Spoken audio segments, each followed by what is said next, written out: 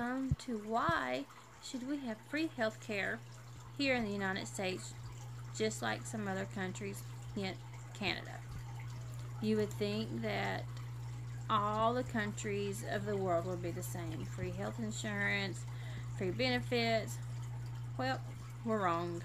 The United States, the great country that we live in, ran by Donald Trump, we have to pay for our health insurance. Co-pays, deductibles, medicine, hospital visits. Even if you've got good insurance, you're still having to pay for something. True. Well, the United States definition of healthcare insurance is any program that helps pay for medical expenses, whether through private purchased insurance, social insurance, or a social welfare program that's funded by the government. Meaning, just because it's funded, we still got to pay. Another dumb term for it is any form of insurance that provides protection against the cost of medical services. We still got to pay. If we look at the Canadian definition of insurance, or Canada, same thing. It's a group of socialized health insurance plans that provides coverage to all Canadian citizens. Keyword, all Canadian citizens. This is publicly funded and administered on a territorial basis with guidelines set by the government. Hint, they all get coverage. They can go to the hospital, to the doctor's office, etc. You name it, it's covered. We, here in the United States, can go to the hospital. We're going to get a bill. We can go give birth to a kid. We're going to get a bill. We can go to the doctor. We're going to have a $3 copay with Medicaid if you're an adult. None with a kid. Or a $25, $50, $10 copay. It's rare that we've got that really, really good insurance where we don't have to pay. A little bit of the history of the United States health insurance. In 1850, accident insurance was the first to be offered in the United States by Franklin Health Assurance Company, which offered insurance that comes from injuries from the railroads and the steamboats. Main source of transportation back in the day. 1866, there were 60 organizations that was offering accident insurance by then. We'll go on up a few years. In 1911, disability insurance was started, but that only covered wages from being out of work, not your health care expenses that would come with it. Before medical expense insurance was started, we, the Americans, was expected to pay all medical costs out of pocket. This was called the fee-for-service business model. The traditional disability insurance eventually evolved to modern health insurance in the late 20th century, long time ago. In the year 1920, a few hospitals was offering services on a prepaid basis, which led to the start of good old Blue Cross Blue Shield.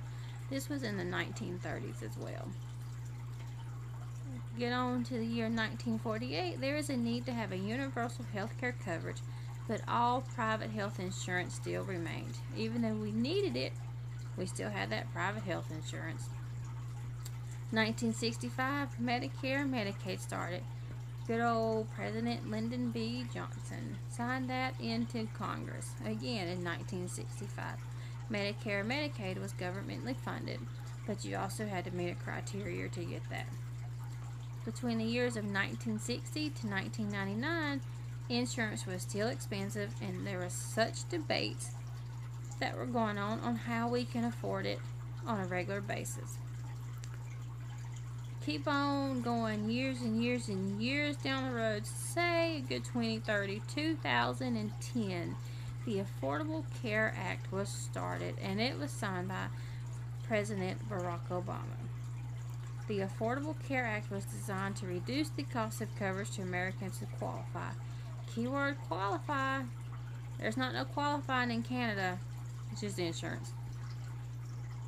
2016, it was about 91.2% of Americans who were finally covered by some type of health insurance. Now, you heard 91.2%. So what about the 8.8%, give or take numbers? Did they have insurance? No. So, a little bit of history on it. It's not good, not in detail, but as you can tell, Canada's still offering free insurance. The United States are still having to pay out the butt for it. History of Canada, just a little bit. 1947, the hospital insurance was first introduced in Canada.